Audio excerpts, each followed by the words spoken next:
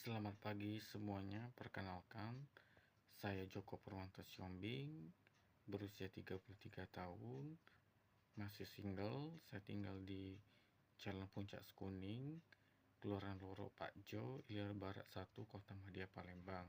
Saya anak pertama dari 5 bersaudara. Saya lulusan dari kampus Politeknik Negeri Sriwijaya tahun 2014, jurusan Bahasa Inggris Diploma. Semenjak lulus dari tahun 2014, saya sering berkecimpung di dunia sales dan marketing, di mana pekerjaan pertama saya sebagai Credit Marketing Officer di perusahaan leasing Federal International Finance (FIF) Asta Group 1 tahun. Kemudian lanjut lagi berkarir di perusahaan retail mobile phone PT Era Jaya Swasembada sebagai Team Leader Sales Produk Samsung selama 1 tahun juga. Lanjut ke perusahaan asuransi PT Mitsui Sumitomo Insurance Corporindo, perusahaan asuransi umum permodalan asing Jepang sebagai marketing dan claim officer selama 1 tahun.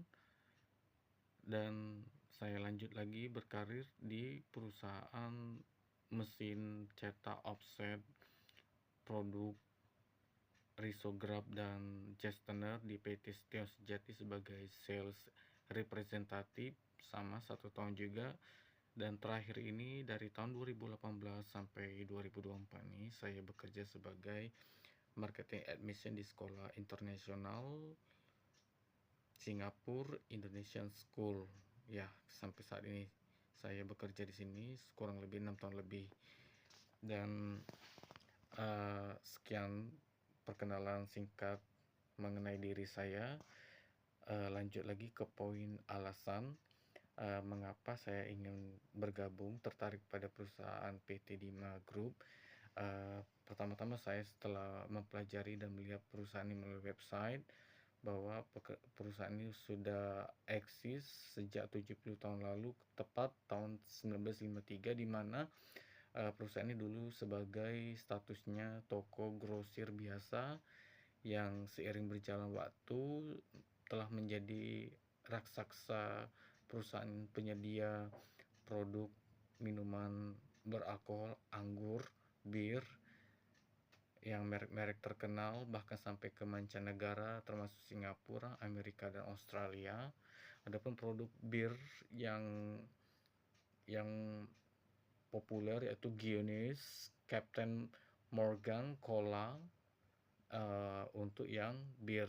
Kemudian spirit, vodka, gin, liqueur itu banyak macam seperti leci, coffee, banana, coconut, pineapple, mango. Kemudian untuk wine macam-macam, termasuk juga wine yang terbaik dari Indonesia, Australia, Italia. Kemudian ada juga beverage, minuman yang non beralkohol seperti Poca dan Teja. Dan ada juga food, snack terutama untuk biskuit dan pizza, yaitu pizza. Dan bagi saya memang perusahaan ini terus berkembang sehingga memang menimbulkan ketertarikan bagi talenta-talenta yang ingin berkarir di PT Dima Indonesia ini, karena memang perusahaan ini memiliki nilai luhur yang sangat bagus ya, terutama mereka menekankan pada semangat, disiplin kerja, komitmen, kerja sama tim, rasa saling hormat, keunggulan diri, dan juga rendah hati. Harapan saya setelah diterima bergabung di perusahaan tersebut, saya berhasrat untuk menjadi top leader dari setelah sekian lama bekerja melalui jalur manajemen train atau ODP yang siap dibentuk untuk menjadi leader terbaik. Karena saya memiliki determinasi dan tekad yang kuat untuk mencapai tujuan-tujuan baik perusahaan. Saya siap juga jika memang perusahaan ingin membutuhkan saya di cabang-cabang Indonesia yang lainnya, ditempatkan dimanapun mereka membutuhkan pelayanan saya. Saya percaya bahwa perusahaan akan memberikan kompensasi yang sepadan. Saya berantusias sekali untuk berkontribusi semaksimal mungkin dengan kemampuan yang saya miliki, dan saya tak pernah berhenti, tak pernah menyerah untuk belajar dan berkembang diri setiap waktunya. Sekian perkenalan dari saya ucapkan terima kasih. Baik, kita lanjut ke sesi market, hasil survei market setelah saya mempelajari website resmi dari PT Dima Indonesia. Ada 5 poin, yaitu poin pertama, prinsipal dan brands. Bagi saya, peran prinsipal dalam market share ini sangat mempengaruhi pangsa pasar perusahaan. Produk-produk prinsipal ini cukup kuat yang dapat mempengaruhi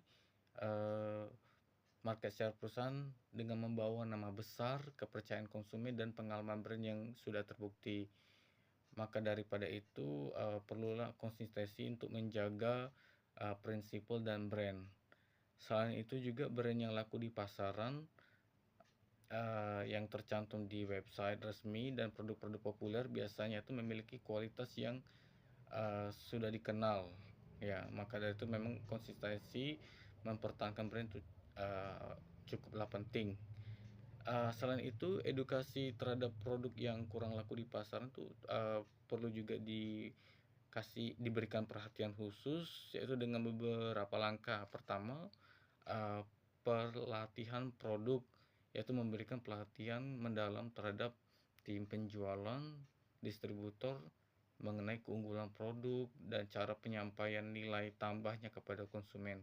Kedua, pemasaran dan promosi, yaitu menyusun strategi pemasaran yang lebih agresif, termasuk dengan kampanye iklan, diskon, dan promosi yang khusus.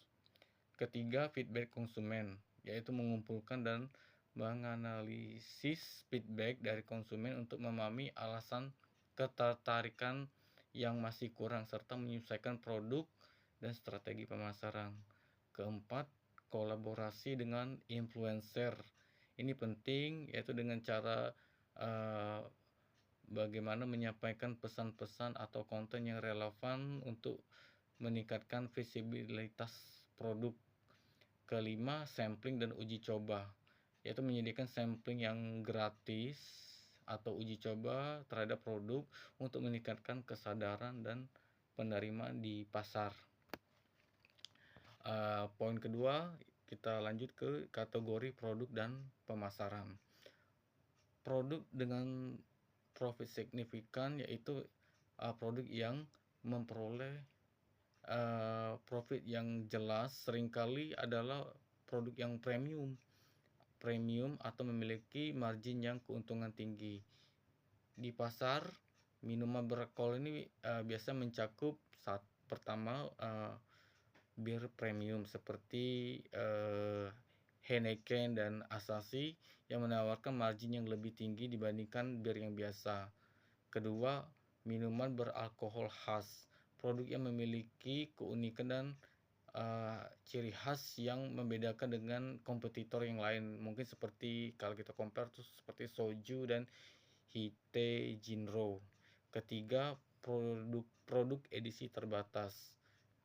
Produk edisi terbatas ini memiliki packaging yang khusus, seringkali mendapat pengaruh terhadap penjualan dengan harga yang premium. Lanjut, strategi pemasaran untuk kategori produk. Pertama tuh kita yang butuhkan tuh segmentasi pasar, yaitu mengidentifikasi, mengenali segmen pasar yang tepat untuk setiap kategori produk. Seperti penggemar bir tuh berapa banyak terhadap yang premium, atau konsumen yang mencari minuman beralkohol khas. Kedua, penargetan promosi, mengarahkan promosi dan iklan kepada kelompok konsumen yang paling mungkin membeli produk. Ketiga, kemasan dan branding, yaitu menonjolkan elemen kemasan dan branding yang menarik untuk premium atau limited edition. Keempat, strategi penetapan harga, menetapkan harga yang mencerminkan nilai tambah dari produk premium. Kelima, produksi yang tepat, menyalurkan produk saluran yang tepat untuk mencapai konsumen yang tepat. Poin 3 yaitu event dan promo yang ideal. Ada dua cara, ada dua metode ya, yaitu metode tradisional dan digital. Kita bahas yang di tradisional, yaitu cara tradisional itu event di outlet, mengadakan acara launching atau peluncuran atau testing di outlet yang menjual produk. Kedua, pameran industri, yaitu berpartisipasi dalam pameran minuman atau acara industri yang terkait, meningkatkan visibilitas produk. Ketiga, diskon musiman, menawarkan diskon yang menarik atau promo yang menarik secara khusus selama periode mungkin high season, liburan, atau acara-acara besar. 4. Sampling di tempat umum, yaitu menyediakan sampling gratis di tempat-tempat yang ramai yang menjadi pusat perhatian orang-orang, seperti pusat pembelajaran atau event lokal. Kelima, kerjasama dengan bar dan restoran, yaitu menyusun promosi bersamaan bar atau restoran untuk mempromosi produk-produk melalui penawaran, atau bisa dikatakan itu food pairing gitu ya di resto. Lanjut lagi ke cara digital, yaitu kampanye media sosial, menjalankan kampanye platform di media sosial yang populer, mungkin seperti Instagram, Facebook, bahkan tidak menutup kemungkinan untuk TikTok, untuk menarik perhatian dan meningkatkan engagement, social engagement. Kedua, influencer marketing, bekerja sama dengan influencer atau vlogger atau brand ambassador untuk review produk atau konten sponsor.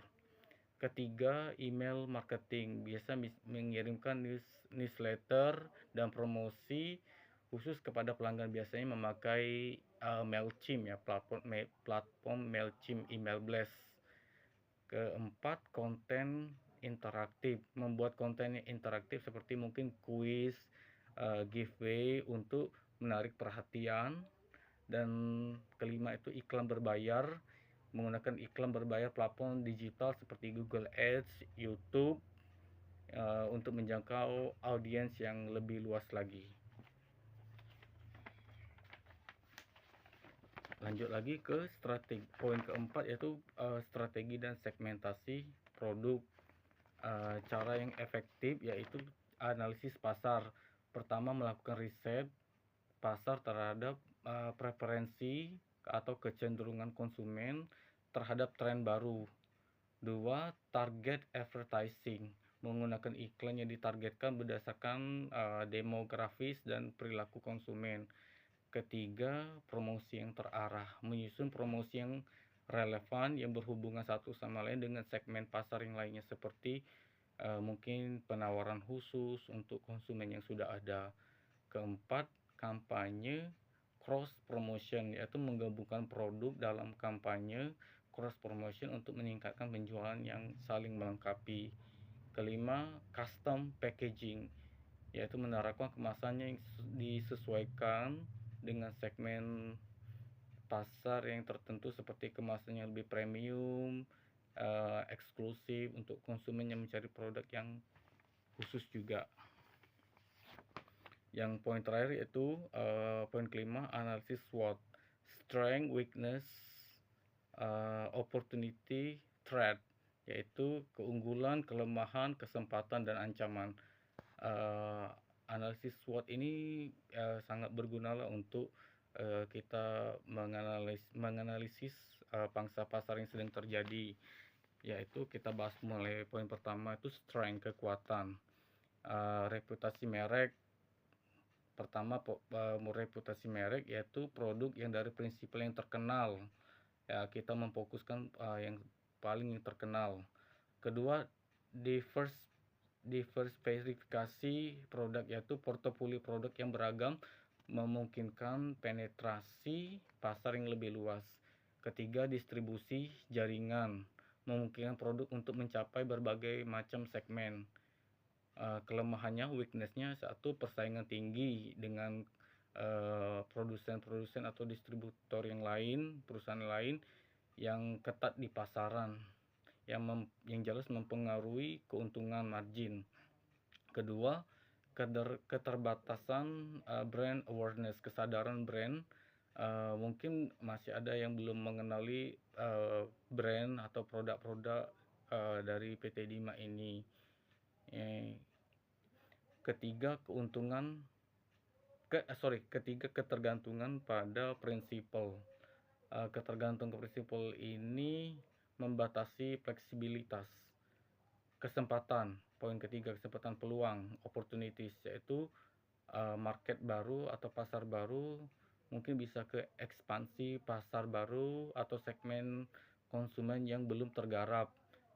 Kedua, tren konsumen yaitu mengadaptasi produk yang sesuai dengan tren konsumen yang berkembang seperti minuman yang rendah beralkohol atau organik. Ketiga, kemajuan teknologi, memanfaatkan teknologi yang digital terbaru untuk pemasaran secara online. Dan terakhir itu threat, ancaman. Pertama, perubahan regulasi.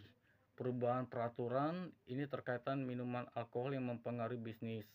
Mungkin peraturan pemerintah bisa juga mengarah ke situ. Kemudian fluktuasi ekonomi, perubahan kondisi ekonomi yang mempengaruhi daya beli konsumen, dan resiko persaingan yang semakin ketat antara perusahaan lain yang menawarkan produk yang serupa atau inovasi yang baru. Sekian, terima kasih, semoga bermanfaat.